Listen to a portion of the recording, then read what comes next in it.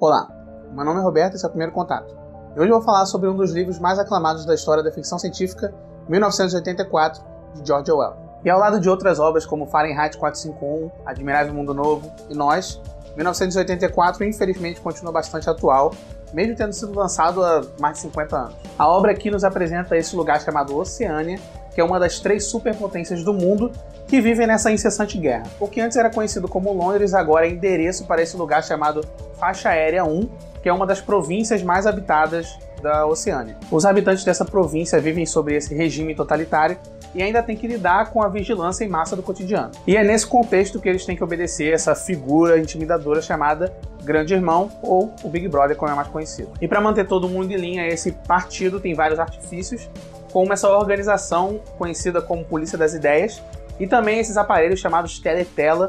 Esses aparelhos conseguem ao mesmo tempo capturar todo o movimento de todos os habitantes da Oceânia, mesmo eles estando dentro de casa, e também transmitem propaganda do Estado e mantêm o pessoal informado. Mas como é o Estado que manda em tudo, ele também decide o que é real e ficção. Aqui a gente tem esses 4 ministérios, que são o da paz, o do amor, o da verdade e o da pujança. E é nesse cenário que somos apresentados ao protagonista, Winston Smith. Ele é funcionário do Ministério da Verdade, que é um departamento responsável por capturar documentos históricos e alterar o passado para poder reescrever o futuro. E assim como nenhum desses ministérios realmente significa o que o nome indica, outra tática do governo para alterar a história é através da linguagem. E esse é um dos temas principais do livro e um dos que mais me interessou. Em 1984, qualquer traço de individualidade é um crime, assim como também expressar sua opinião sobre o partido. O protagonista não está feliz e começa a questionar as ações do governo. Se já é um crime imperdoável contestar o partido, ele se arrisca ainda mais arranjando uma namorada chamada Julia. Isso porque, como eu já mencionei, o individualismo é um crime, então você estar numa relação não é bem visto pelo governo. George Orwell consegue construir um mundo rico em detalhes, dando bastante atenção a cada um desses elementos da trama. Aqui você fica bem situado na geografia, nas questões sociais e políticas, porque o autor ele é bem didático, mas ele não é chato. E assim como toda boa distopia, o autor revela as conjunturas que levaram a esse contexto social e político. Nesse mundo a guerra é constante e a população tem uma condição de vida bem precária. Além de toda essa atmosfera paranoica por causa do Grande Irmão, a gente tem que levar em consideração que esse livro foi escrito em uma época pós-guerra. Então aqui tem bastante debate sobre guerra atômica e a corrida armamentista. Por ter essa carga política mais pesada, o autor tenta debater ali um pouco do nacionalismo,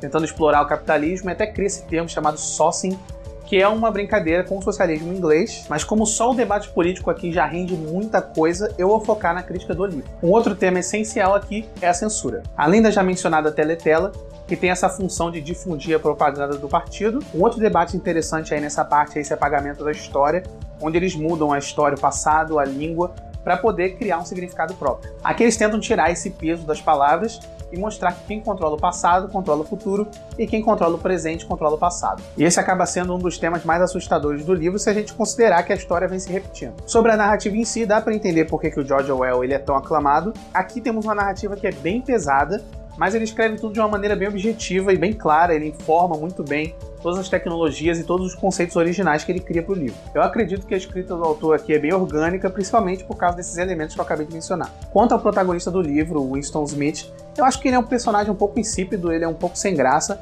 porque em momentos ele tem bastante atitude, ele quer mudar o governo, ele quer fazer isso e aquilo, mas em outras ele é bem fraco e ele é bem inocente, algumas coisas acontecem com ele que são fáceis de evitar. Quanto à principal personagem feminina do livro, a Julia, tem aquele problema de sempre, né?